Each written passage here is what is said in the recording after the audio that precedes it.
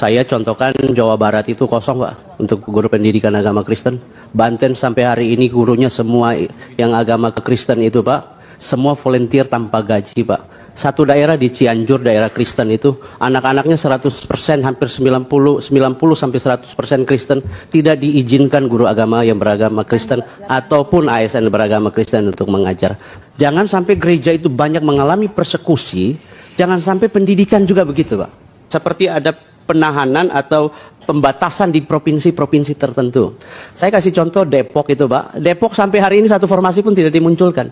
Itu orang Batak banyak putusannya Pak. Bekasi 1.500 formasi kemarin itu, tidak satu pun orang Kristen Pak, guru agama Kristen Pak.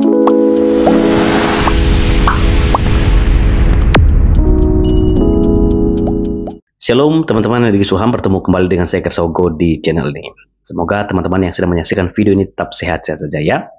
Ya, di kesempatan ini saya akan mengajak kita menyaksikan ulasan yang sangat baik terkait dengan diskriminasi di mana orang Kristen selalu saja mengalami kesulitan. Bukan hanya saja bicara soal ibadah dan pembangunan gereja, tapi di dalam dunia pendidikan pun ternyata orang Kristen juga mengalami kesulitan.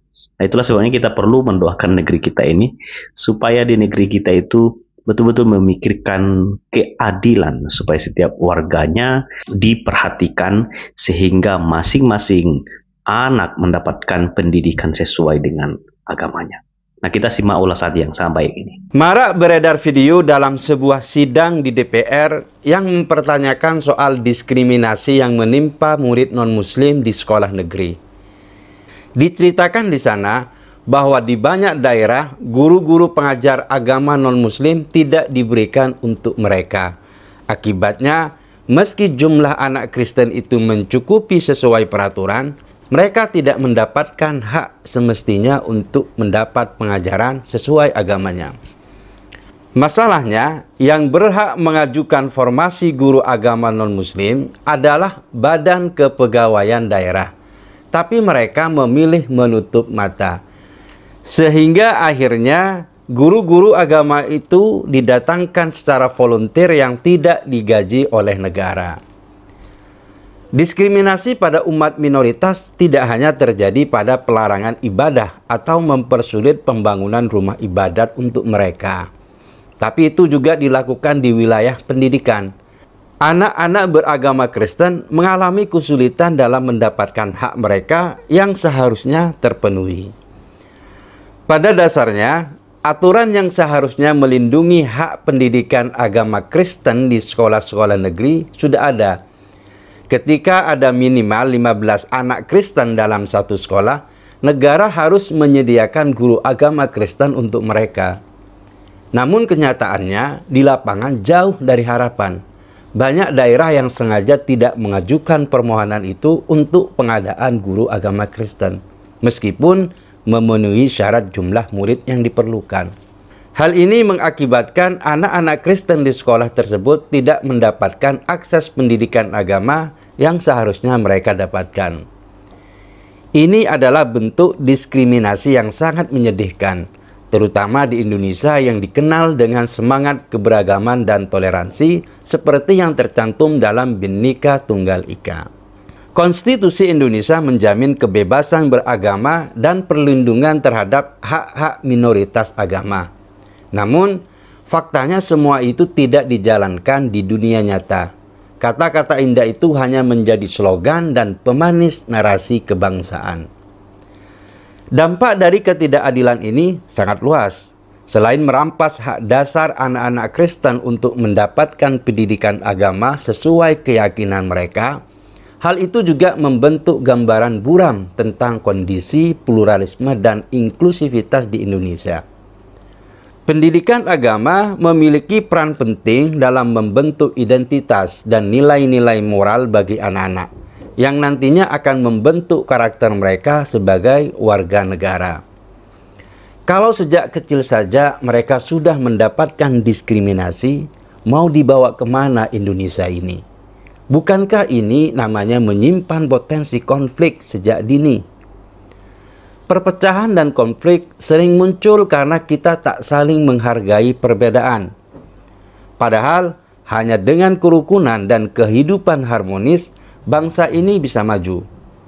Kalau setiap hari kita disibukkan dengan perjuangan mendapatkan hak yang dirampas, negara ini belum benar-benar merdeka. Sebagian dari kita masih dijajah oleh oknum picik yang tak menghargai keberagaman Indonesia. Mereka dihalangi karena menjadi minoritas di negara ini. Oleh sebab itu, perlu langkah konkret untuk menyelesaikan masalah ini secepatnya. Jangan bikin malu Indonesia. Pemerintah daerah perlu meningkatkan kesadaran akan pentingnya menghormati hak-hak minoritas agama dan memastikan implementasi aturan yang adil dan merata di seluruh wilayah Indonesia. Masyarakat juga memiliki peran krusial dalam mengadvokasi ketidakadilan ini.